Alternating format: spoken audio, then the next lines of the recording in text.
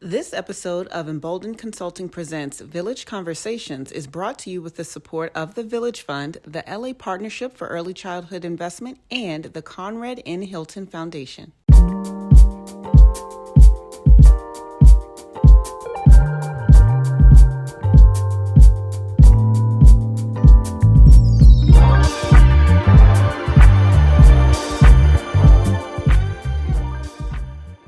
I'm Amber Bolden, and this is Emboldened Consulting Presents Village Conversations, where we are talking to community-based organizations about the work that they do to support Black maternal health and their communities and what keeps them going. We are so excited to be joined by the groups that we get to talk to, and today we are joined by Alyssa Young, the founder and creator of Mama's House of Art.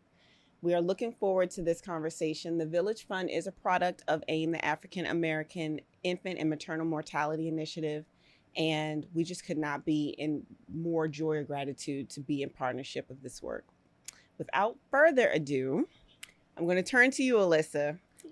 We start our conversations often by just giving flowers. Like all of our conversations, we just start by giving the flowers. And by giving flowers, what I mean is I'm just reading the bio. I'm just saying exactly what you did, and it just comes out like, what was that be? But without further ado, I just want to introduce you to the audience, to our listeners, to our viewers.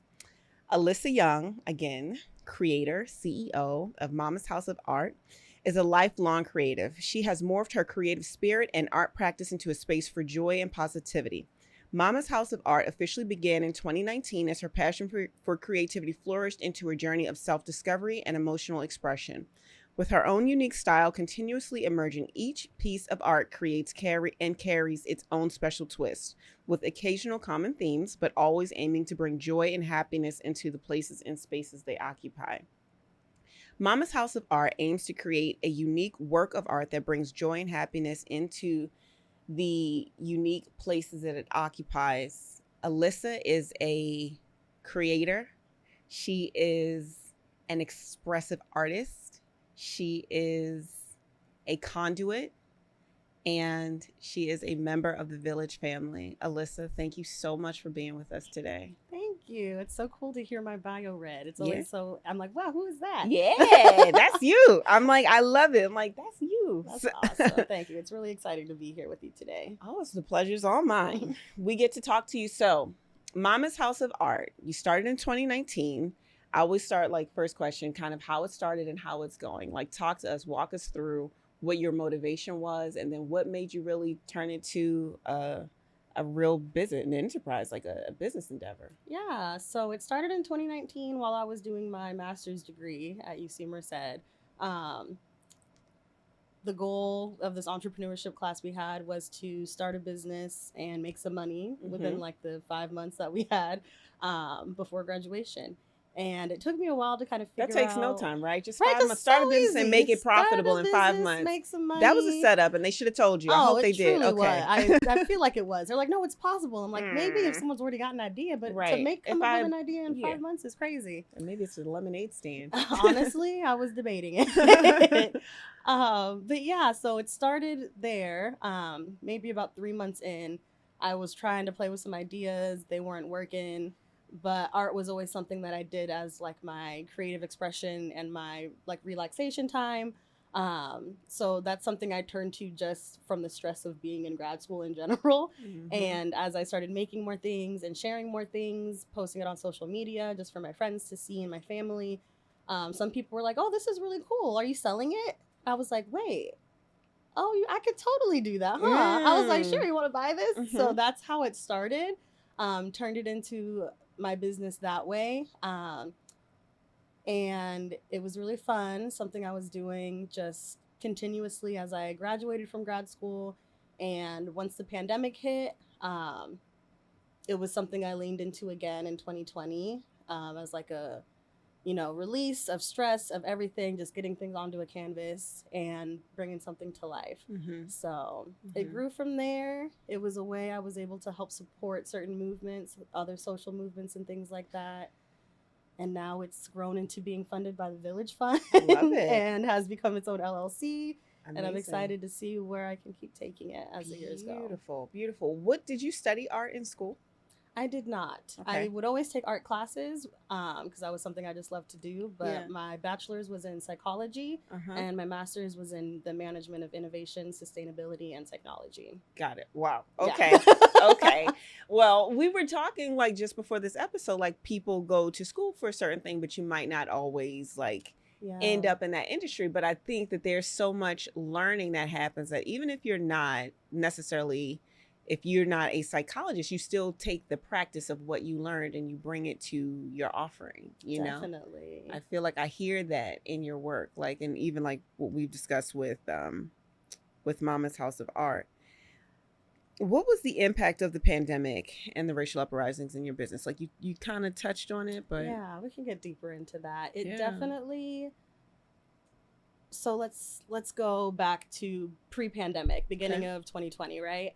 I had just graduated in August of 2019, Whoop, whoop. so right, amazing! It was so exciting, you know. Mhm. I got a job in like February of 2020. Was Okay. real excited to start working with this company. Okay. But then a month and a half later, everything shut down in March. And that company, it was an event company. So since we couldn't do our events and event rentals, they had to cut off staff. You know, being the new girl, I had to go, and I hold no Mhm. animosity towards them because we know it was crazy times.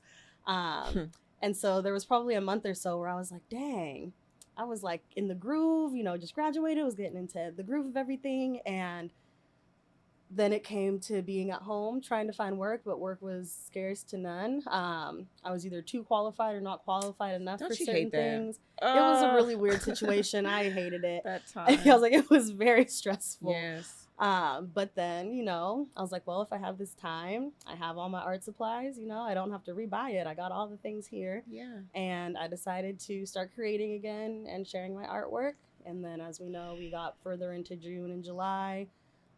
We had our uprisings and protests for George Floyd, may he rest in peace, and all these other things. As a person who's not an on-the-ground activist, I'm not the one to be on the front lines. Yeah. We talked about yeah, that. it's like, but we could also get into the emotional side of how some people's mental health got jacked up during this pandemic. I didn't want anyone around me. I was scared, but we won't get into that. Yeah. But so for me, I wasn't going to be outside on those front lines doing the work there. But what I could do was keep pushing my art, selling my art, creating pieces that I can speak through, and then also take proceeds from that to support the people that are on the ground. So for about a year and a half, I did that, was able to take proceeds from any of the pieces I sold, donate it to people, donate it to certain causes, and help support in that way. So in a way, it kind of helped propel it again, bring it back to life, give me the time to do it. And it helped educate me on a lot of things and get me a little more connected to the community. It's amazing. Like so many things. I feel like it also helped. It was like a processing mechanism for you. Yeah. And an offering like that you transmuted and gave back to the community. So thank you for doing that. Of course. That's amazing. It's just, yeah, I'm listening. I'm like, wow. You know, and I know the pandemic, it was a transformational time for many people. And I cannot understate like my sympathy and my heart that goes out to people who have lost loved ones or people whose just lives are different. Yeah. At the same time, I think that there were many things that came out of that time for a lot of people in the stillness and like when life calls you, you know, it's like what comes from that is just beautiful.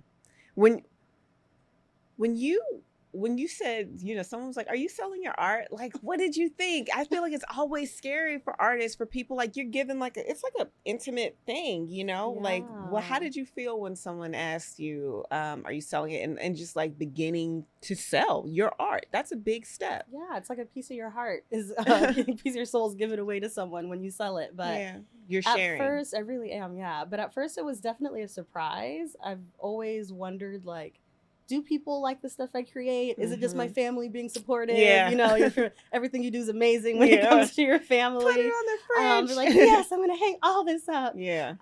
So it was definitely surprising to me that like people without that like obligation in a sense were interested in buying my pieces. Yeah. It is a little scary because of certain pieces, like certain aspects of it. There's like, how do you package it if you have to ship it to somebody? Right.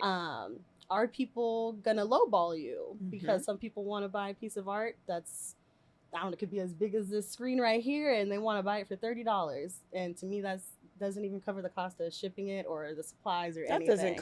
cover It the cover, cost of time it takes to yes, conceptualize I it. was like, it doesn't even cover the The cost of my vision. sketch. I don't know. Yes. So it was definitely really scary, but something that you can just overcome because not all the pieces you make you're gonna want to keep. There are some pieces I do regret selling.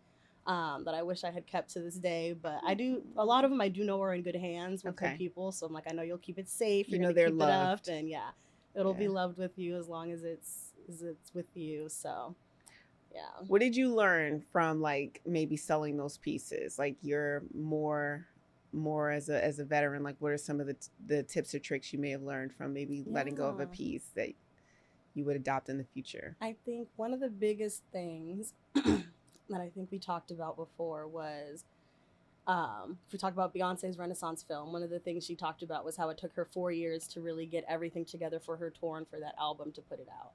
And I've learned a lot of patience. I think there was a point in time where it felt like you had to rush to get art made, or at least for me, I won't say you, or anyone else in general. I think life, you always feel like you're under the gun. You really feel like you want things produced quickly.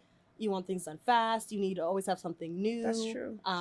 But there's something beautiful in the patience and in holding on to it and allowing it to really become something that I've really learned is really special. So I've definitely been able to slow down and really be with pieces, be with ideas longer. I have so many ideas in my head that haven't even touched a canvas yet that I'm like, I'm just waiting for the right time, for the right energy to go into it.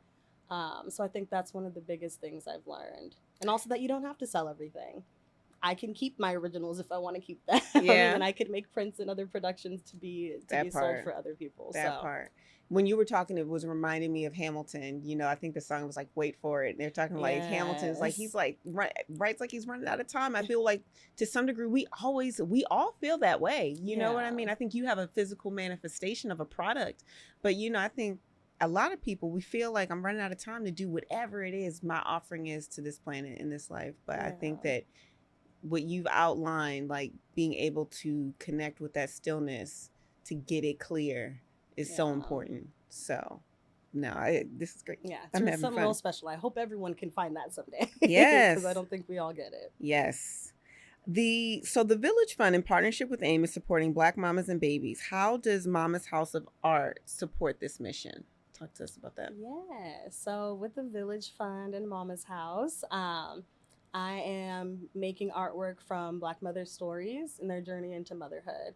And the purpose of the art is to bring a positive representation of that journey into their space and into other spaces. I'm going to be making some for businesses as well. So that way when moms come to receive those services there, they can see some sort of representation of Black motherhood that can bring forth some beautiful emotion, right? Ooh. Something just happy, positive, good, makes you feel good, makes you feel seen. Oh my God, I love it. And things like that. Yeah. So that's kind of the gist of the project. I get to hear a lot of wonderful stories from Black mothers that have been really inspirational. Some are really heartbreaking and emotional, but everything always ends up having having like a beautiful ending to it and something that comes together really nice at the end. Alyssa, I love it because I feel like a lot of times our stories, especially around pregnancy and birth, are not joyous, are not because maybe it didn't happen a certain way or follow like a certain, sequence of steps or, any number of things. Yeah. Like the birth story, the energy, the narrative around it is not one of beauty and of light. And I feel like you've created space for that. Yeah. So thank you. Because even some that are shared, it's like, the scary health aspects, being in hospitals, even through all of that, after being able to come through and they talk about their families, their children, and the memories and the journey and the joy. They're like, there's a lot of positive that came out of this, a lot of good things from the struggle. And to that point though, there's also a space to exhale on the things that were not so good. Yes. You know what I mean? So just like creating a space where, and I feel like, isn't that art, right? Like there's this beauty, there's this tension, there's just so much to it. And it's like, is it reflecting life or is art, imitation of life or vice versa? But yeah, I hear that. So I'm just like switching a little bit just to talk about the one of the topics that we've discussed like during our training sessions and in class was this thought around organizational sustainability. And we talk about organizational sustainability, I think a lot of times in terms of like funding, especially like in the nonprofit world. Like, okay, do you still have like steady stream of funding? Do you have the people in the roles? But I think before that, because we are such communal people and a lot Yeah. of the work we do is in community, is in collaboration with community, it's like, what is the organizational sustainability from a community perspective, from a how we relate, from a relational perspective, how do we connect with each other? And so I wanted to talk to you a little bit more about that, like and I think so my sister in arms, she's not able to be here today, but Devonna Robertson has helped me develop some of these ideas, and she's one of the facilitators. But we talked about this, and I just had to ask, because this is a question we posed to the class. But when we are talking like about just being in collaboration with each other, sometimes things just do not go the way that you plan. Sometimes you need to pull your friend up or your coworker up or your person and just be like, look, we need to have a shift. We need you to do something different. Sometimes taking and giving correction is hard. But so the question that Devonna posed and I posed to you is, who do you want to be on the giving end, and then who do you want to be on the receiving end of correction? I would say on the giving end of like correction and feedback, I always try to be as open minded as possible. That's something I try to aspire to be in general in life, is to be open and understanding and make sure that I tell myself that I don't know everything. Because like, you don't know everything about someone's life, what's going on, and all that stuff. So there's always something else that could be, say, causing a shift in themselves and how they're acting or how they're working. And just try to be really understanding, be supportive, and always let people know that there's something they're also doing right. Because in 99% of cases, there's something that's always going right as well. So this is the giving end now. Yeah. Okay. This is the giving end. So, yeah, that something's always going right, that you're doing something right. There so you're like a sandwich. Like, yeah, I'm like, okay. I'll give you the sandwich. Because I know if it's all like, fix this, by, it's like, dang, is anything going okay? Like, I need you to know that there's got to be something that's going right. Yeah. And that there's also always something to fix. Yeah.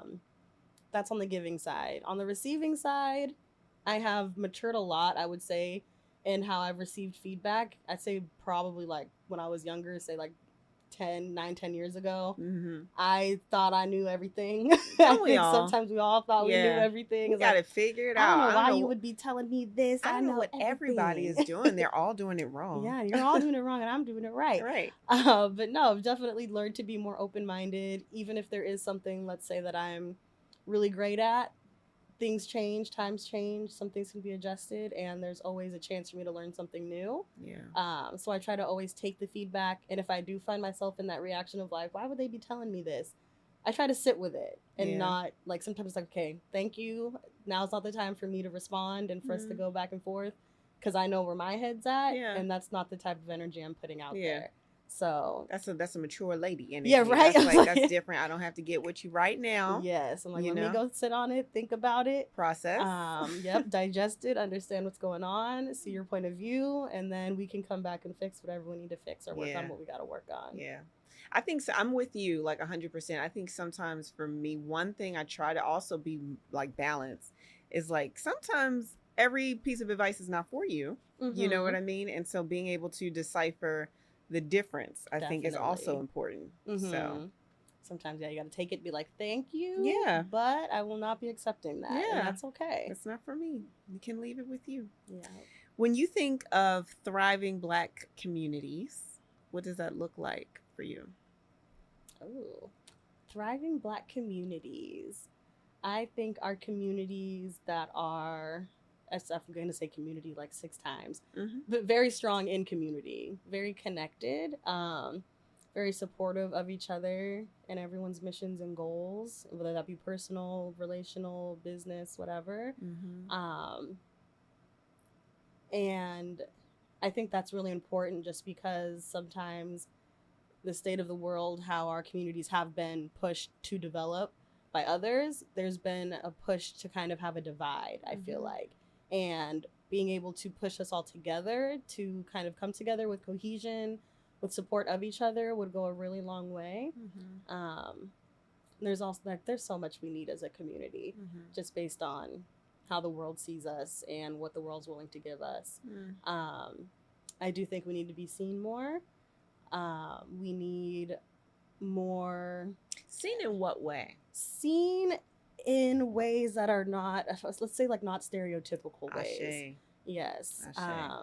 That's what I was thinking. I think we are seen in ways that are prepackaged and kind of predetermined. Yes, they're like, here's the safe ways we want to see you. And if you fit there, you can be out. And if not, we're not going to help. Exactly. You know, there's.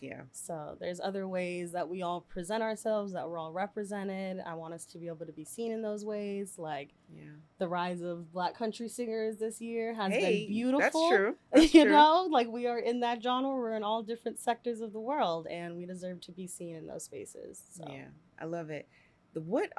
So kind of going back to the Village Fund, I guess, like, what are the benefits of having orgs like the Village Fund, or even challenges if you have notes, providing funding for community-based organizations? How has the experience been, and why would you say, like, what's the value or significance of it? Yeah, it gives a lot of people a catalyst to, like we just said, be seen, to do their work at a bigger scale, and then even to provide work to people who wouldn't be able to access it otherwise. So like, even for me with art in this Village Fund, I had a lot of discussion with like friends and family about it, and they're like, no, this, like, you could totally fit into that. And I was like, how would I fit into like Black motherhood in that sense of art? But the way it has connected has been really great. So that's been really awesome to see that connection. And not a lot of Black people, let's say the Black community, would be able to gain access to art at the value that it's now set at. It's also provided me with a scale to be like, I can sell my art at the price that I want it to be sold at. And sold, but I'm able to provide this to the families for free, which is really awesome. Right. So it's definitely something that's provided businesses with a lot of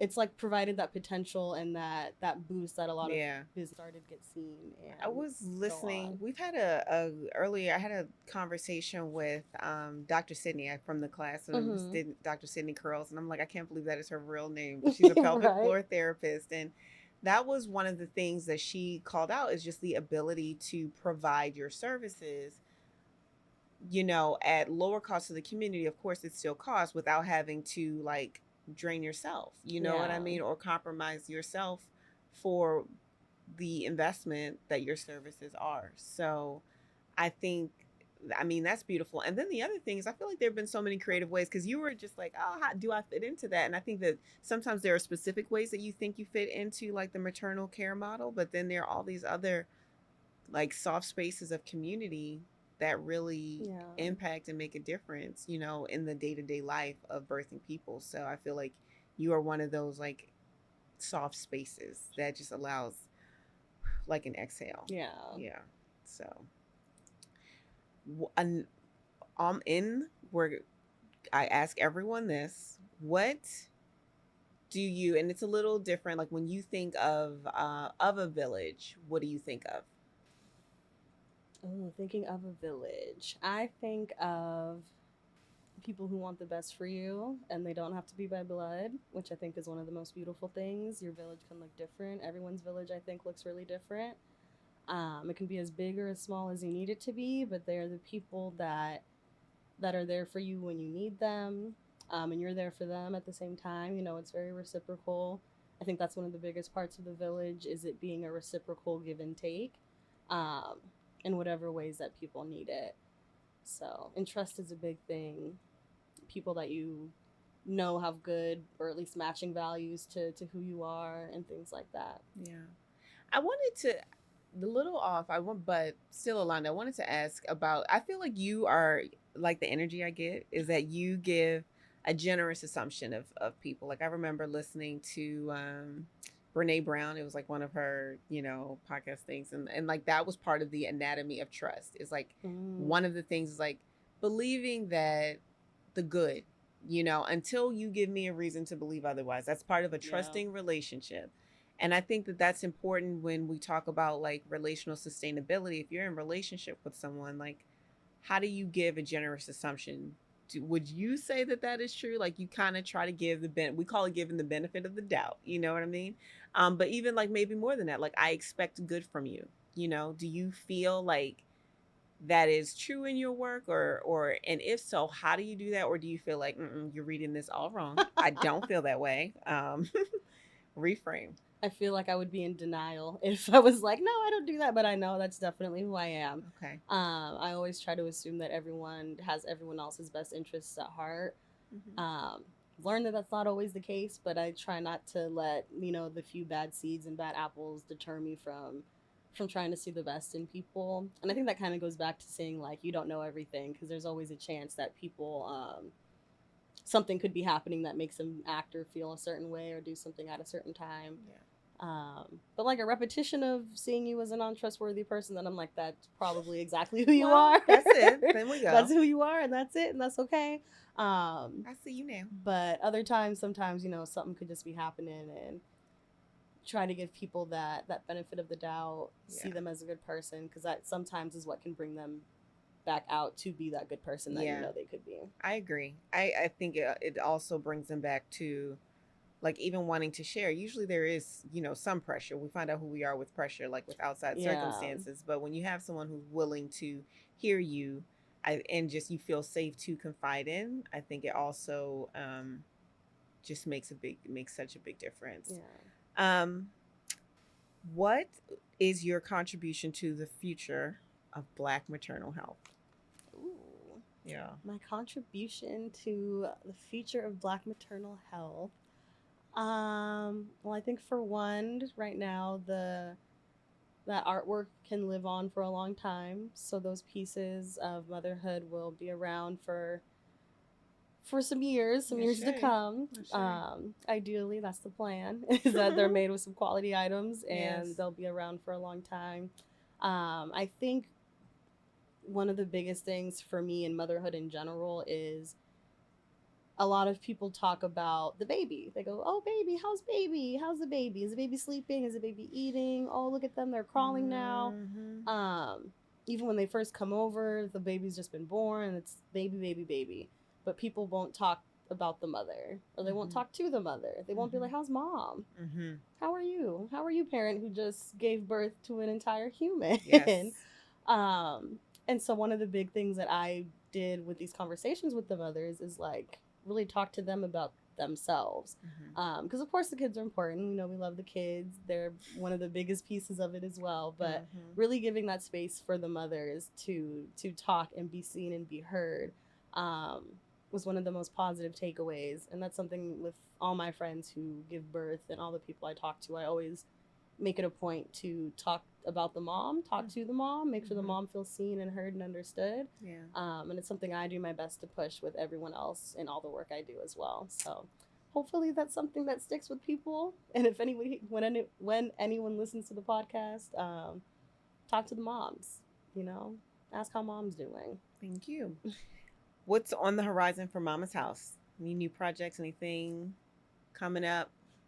Yes, Continuing? continuing on. I'll always be connected to the Village Fund. I feel like that's something. If yeah, I'm like once you get in, you're Yeah, in. They're you're not gonna in. let me go. You're in. You're in So here. whatever I can do to support the Village Fund in the future is gonna be great. The artwork that's being made for Black moms, we are gonna do like a nice art show towards the end of the year, maybe beginning of next year. We'll see. Okay. Gotta work on some timeline stuff, but I Okay. do want to showcase the art to the community. Probably be based Yay. in Long Beach, so Whoop, whoop. stay tuned for that, and Love I'll be Long sure to Beach. share that out. It's a great city, but I'll be sure to share that out so we can get the artwork seen. So if we want to keep up with you to when you Yes. share it, how can we find you? How can we find that information? Yes, I'm on Instagram at mamashouse.art. It's MAMAS for mamas. That's also my website, mamashouse.art. So both of those places are where I post new things, keep everything up to date. There's a newsletter on the website as well if you want to sign up for that, if anyone wants to get all those updates. Yes, because you are strategic and professional, honey. Yes. Okay. Well, thank you so much, Alyssa, for joining us today and for sharing your work, your offering. Thank you for just bringing Mama's Art House to life. House of Art, sorry. That's okay. Thank you for bringing it to life and just for being a soft space for mothers to share their stories, their whole story. So thank you for joining us. And thank you for having me. Oh, it was my great pleasure. to be here. My pleasure. Stay connected as we continue our conversations with the Village Fund grantees supporting Black maternal health in LA and the Changemakers supporting strong community-based organizations. Episodes for this 5-part series will be released weekly. You won't want to miss these discussions. Stay tuned.